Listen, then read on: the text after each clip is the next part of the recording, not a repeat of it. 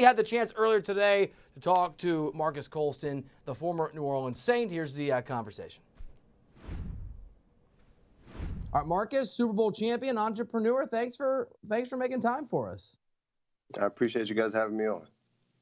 So congrats to your Saints team. They've made it this far, obviously playing this weekend, trying to make and win another Super Bowl. The last one they won, you were a part of that team. And if memory serves, your rookie year was Sean Payton's first year as a head coach. Can you give us some insight when you and maybe some of the guys realized that this coach and the franchise he was going to lead, that special things were coming down the line eventually?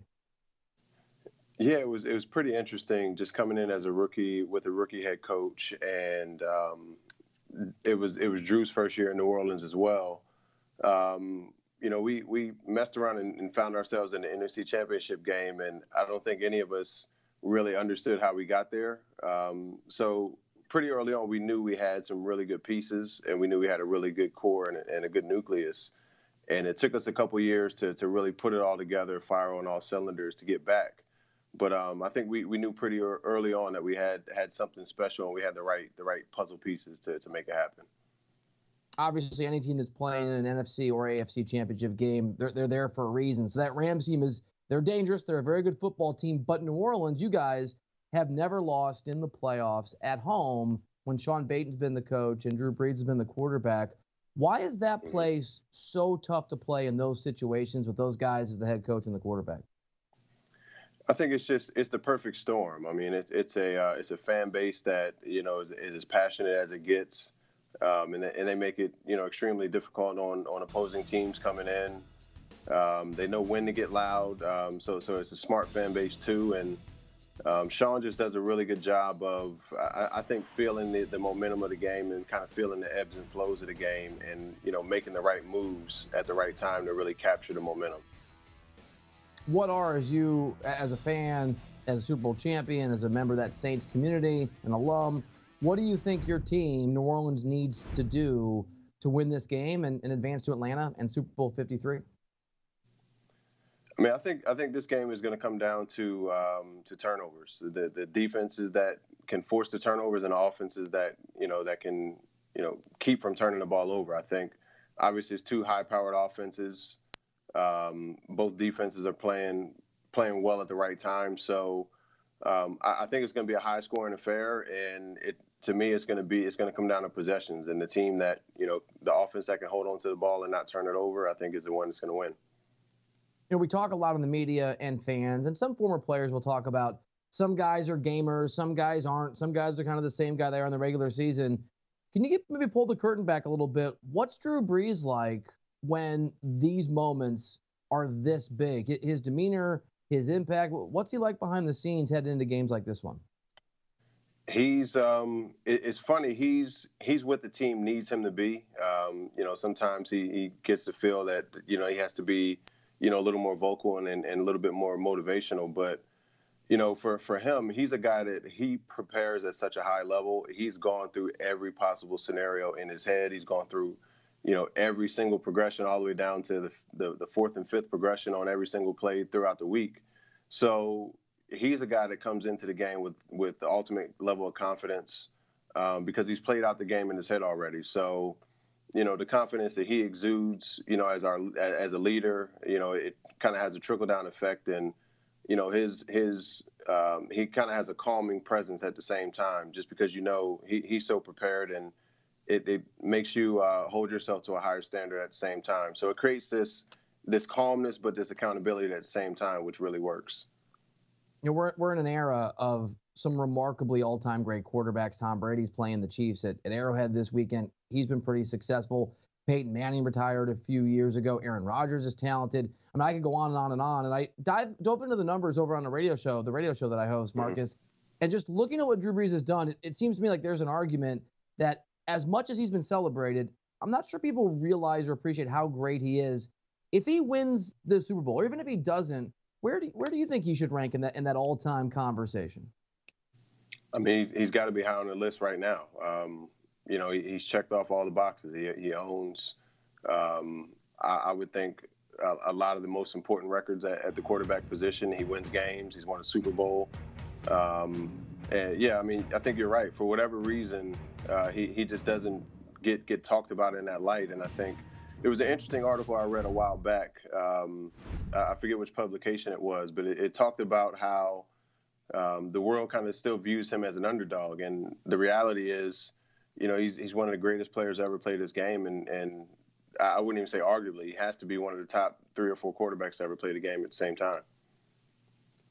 And I don't want to oversimplify it, but as a short guy, I like rooting for short guys. Do you think some of it is just he's not as tall as some of these other quarterbacks, and people just look at him and don't give him the credit he deserves? Or is that just a short guy like me seeing something that's not there?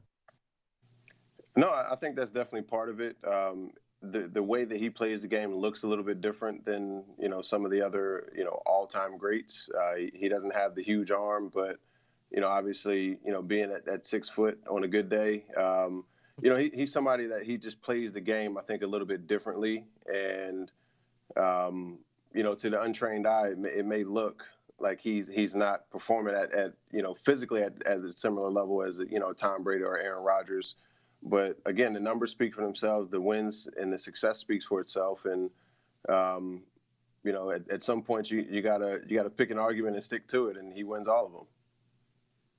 Marques, like you were the year that you guys won the Super Bowl, Michael Thomas is, if not the best receiver in the NFL, he's in the conversation. He's one of them. And I don't know if you've seen this. You guys have eerily similar numbers from his regular season this year. I mean, it's sort of startling when you look at what he's done, what he's been able to do. What's been your impressions of that young wide receiver? He's a guy that you can tell he wants to be great. He wants to be the best to ever do it. And, from what I've seen and just having a couple conversations with him, from what I've heard, from some folks in the organization, he's a guy that, again, he really prepares at a high level, and it shows on Sundays. So I think you're giving me a little bit more credit. I mean, he's put up some phenomenal numbers his first couple of years, and I've had a couple conversations with him. Just slow down, man. Just let me hold these records for a little bit longer, because ultimately he's going to crush them all. And it's really fun to watch him play. I mean, it's just a physical style, and obviously something I enjoy, because it was something I felt like I was pretty good at. I like that, though. It's like, hey, Michael, it's cool, bro, but just slow it down a little bit. Don't make it look so easy. Right. Give me a little more time. All right, so we know where your heart is, but what's your head telling you? If you don't mind, it's hard. These predictions are hard. We're all wrong half the time or more. But what do you think is going to happen when you look at this game? What's your best guess? I mean, I think, just being a player, it's hard to beat the same team twice. You learn a little bit more from a loss than you do from a win. But having said that, I think it's the perfect storm brewing. I mean, it's really hard to win in the Superdome. I think the defense is playing at a higher level now than they were, at points during the regular season. And, it's really about peaking at the right time. So I do think that the Saints put together a performance. They don't turn the ball over. And I think they go torture Falcons fans playing the Super Bowl in Atlanta. A really good friend of mine is a Falcons fan, and I checked in on him. I don't think I realized the rivalry. He's literally, Marques, losing sleep and went on this crazy tirade about Saints fans in Atlanta. That's a real thing. It's a real thing, and they better get ready, because it's coming. I'll send him the clip. He can lose some more sleep. He deserves it. All right. I want to ask you about the AFC game real quick too. It's just fascinating that Mahomes, obviously Patrick Mahomes, young, has been remarkable. That offense has been incredible, and that Chiefs team gets to play at Arrowhead and host an AFC Championship game there, which is a tough place to play when the Chiefs are playing well. We all know what the Patriots are and what they're about. What do you expect from this football game? I really can't call it. At first, I thought it would be a high-scoring affair, but then I saw the forecast, and I still think they do, score a ton of points on both sides.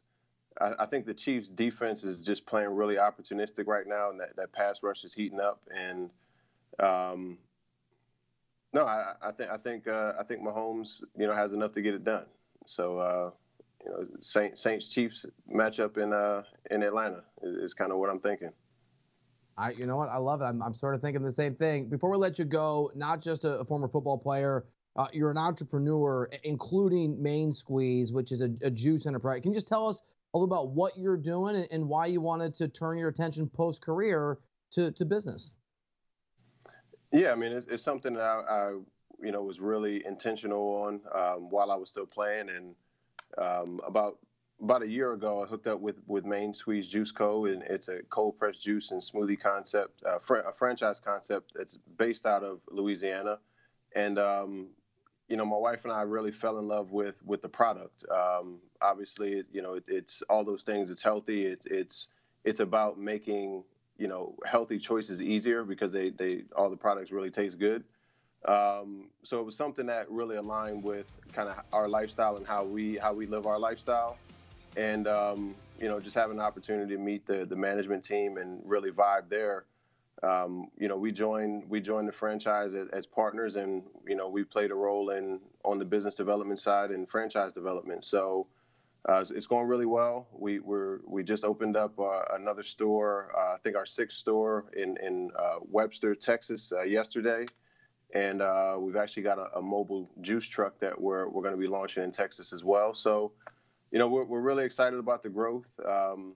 Excited to work on a project that's born and bred in Louisiana and bring it to the rest of the world. All right, well, as my wife can attest, I'm obsessed with smoothies. So Main Squeeze, I'm on it. I'm going to try it. I can't wait. And not just thank you for the time, but thank you for the little barb to Falcons fans. It made me laugh. I really enjoyed the talk. Have a great weekend. I really appreciate it, man.